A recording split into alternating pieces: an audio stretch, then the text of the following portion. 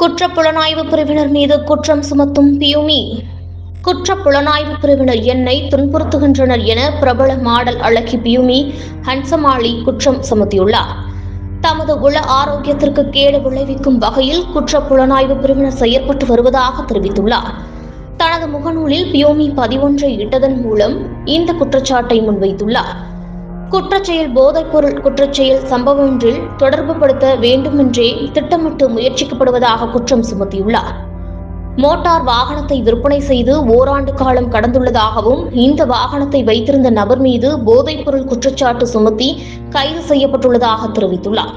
இவ்வாறு கைது செய்யப்பட்ட நபரின் மனைவி தனது பழைய நண்பி எனவும் இதனால் தவணை அடிப்படையில் வாகனத்திற்கு பணம் பெற்றுக்கொள்ள இணங்கியதாகவும் கூறியுள்ளார். 50 லட்சம் ரூபாய் பணம் வழங்கியதாகவும் இன்னும் 50 லட்சம் ரூபாய் பணம் வழங்கப்பட வேண்டியுள்ளதாகவும் கொடுக்க வேண்டிய தொகை நிலுவையில் இருப்பதாகவும் இதனால் வாகனம் இன்னமும் தமது பெயரிலேயே இருப்பதாகவும் குறிப்பிட்டுள்ளார். வாகனம் ஒன்றை விற்பனை செய்யும் போது அவர்களின் ஜாதகத்தை பார்த்து விற்பனை செய்ய நேரிட்டுள்ளதாக அவர் குற்றம் சுமத்தியுள்ளார்.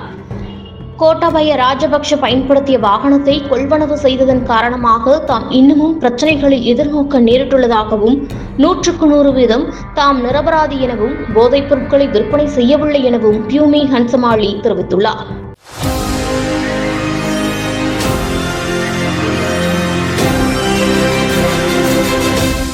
தொடர்ந்து இணைந்திருங்கள். இது உங்கள் லங்கா தமிழ்.